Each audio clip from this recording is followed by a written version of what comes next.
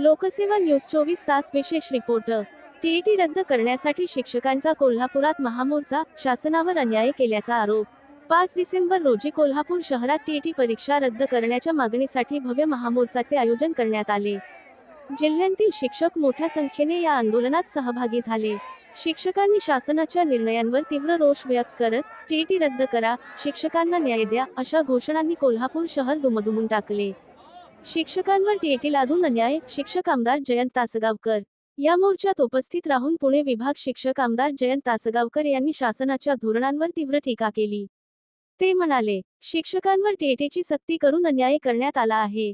शासनाने हा निर्णय तात्काळ रद्द केला नाही तर राज्यभरात मोठे जन आंदोलन उभे राहील। शिक्षक व्यावसायिक अर्हता प्राप्त करूनच शिक्षक म्हणून हजर झाले आहे। शिक्षकांवर अशैक्षणिक कामांचा प्रचंड बोजा टाकला आहे। ही सर्व कामे रद्द करून शिक्षकांना केवळ शिकवण्याच्या कामावर लक्ष केंद्रित करता यावे, यासाठी स्पष्ट धोरण असावे। शिक्षणावर भारत सरकारचा खर्च अत्यल्प, शिक्षक नेते दादा लाड। शिक्षक नेते दादा लाड यांनी शिक्षण क्षेत्रातील दुर्लक्षित वास्तव मांडले। ते म्हणाले, भारत सरकार शिक्षणासाठी इतर देशांच्या तुलनेत खूपच कमी बजेट देते। केवळ 2.5% ते 3% खर्च शिक्षणावर केला जातो। टेरी व टीईटी सारख्या जाचक अटी तातडीने रद्द करणे अत्यावश्यक आहे।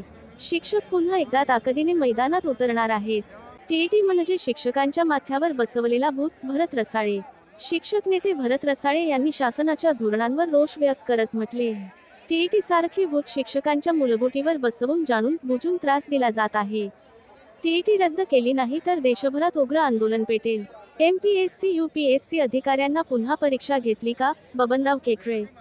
शिवाजीराव पाटील गट प्राथमिक शिक्षक संघाचे जिल्हाध्यक्ष बबनराव केकरे म्हणाले, एमपीएससी यूपीएससीने मधून निवडलेल्या अधिकाऱ्यांना पुन्हा परीक्षा द्यायला सांगितली तर किती जण तयार होतील? अशाच पद्धतीने शिक्षकांना टीईटीची सक्ती करून त्रास दिला जात आहे। हा अन्यायकारक निर्णय त्वरित रद्द करावा। शिक्षकांकडे आधीच शैक्षणिक कामांचा प्रचंड भार। एसके पाटील। नेते एसके पाटील म्हणाले, शिक्षकांकडे शिकवण्याबरोबरच शैक्षणिक कामांचा मोठा भार आहे। अशा परिस्थितीत टीईटीची अनिवार्यता म्हणजे स्पष्ट अन्याय।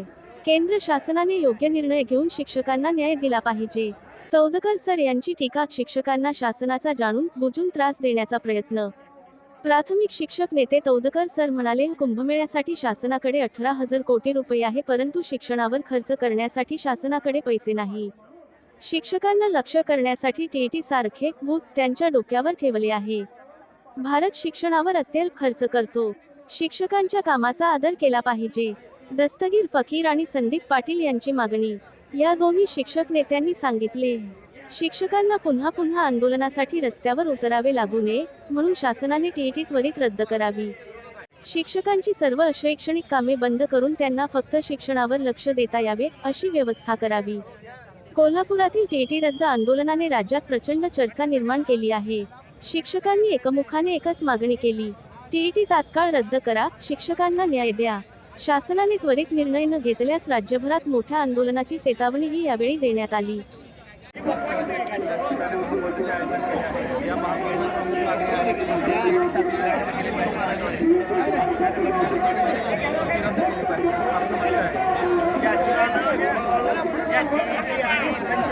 नावाखाली या महाराष्ट्र राज्यातील मराठी माध्यमाच्या संपूर्ण शाळा बंद पाडून वाडी वस्तीवरील बहुजनांचं शिक्षण बंद पाडू पाहत आहे। यामुळं महाराष्ट्रातील तमाम जे वाड्या वस्तीवरील मुलं मुली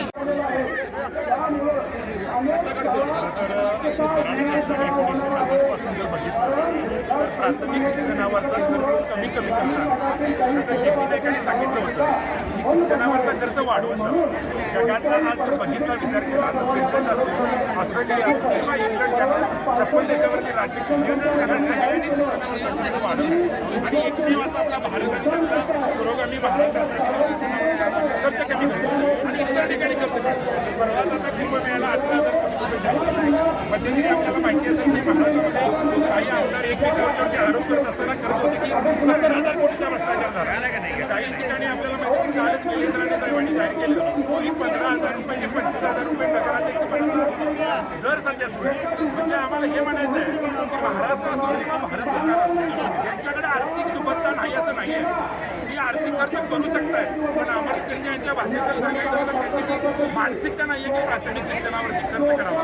आणि म्हणून मग टीईडी सारखा असा प्रश्न निर्माण केला गेला आहे जो सर्वोच्च न्यायालयाने जरी निकाल दिला असला तरी याला रिलीफ देण्याचं काम केंद्र सरकार किंवा राज्य सरकारने करताना असतं लवकर तातडीनं. म्हणजे या शिक्षकांना रस्त्यावर यावं, कारण शिक्षक हा खरं तर उद्याचा भारत घडवणारा करणारा आहे. आणि त्याला रस्त्यावर यावं लागते की अरे आम्हाला टीईडी परीक्षा देऊ नका, अरे आमची संच मान्यता रद्द करा, अरे संच मान्यतेला मुलं कुणाची शिकताय, तुमच्याच भाषा शिकताय, ज्यांना तुम्ही 15 केलेलं आहे त्यांची ती लेकरं शिकताय आणि त्यांचं शिक्षण तुम्ही काढून घेताय. 6 पटाला तुम्हाला खाजगी शिक्षक द्यायचं, 20 पटाच्या तिथं तुम्हाला एक खाजगी शिक्षक द्यायचा आहे. म्हणजे तुम्हाला काय करायचं आहे, BAMS ला तुम्ही जे केलं पुत्रकामेश ते येते घातला, अशा प्रकारे तुम्हाला धार्मिक शिक्षण खाली द्यायचं आहे. आणि आम्हाला त्याचा विरोध आहे.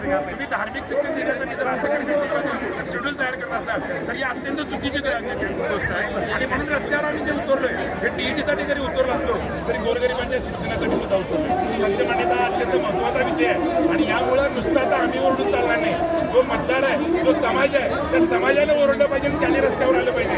आणि तेव्हाच खरे आता हे राज्यकर्ते जागे होते. आणि हा आपला संच मान्यतेचा जो गोरगरिबांचं शिक्षण संपवण्याचा एक डाव चालवायचा राज्यकर्त्यांचा हा संपेल. आणि यासाठी माझ्या समाज जे कोण ऐकतील त्यांना विनंती आहे की तुम्ही समाजाला जागृत झालं पाहिजे.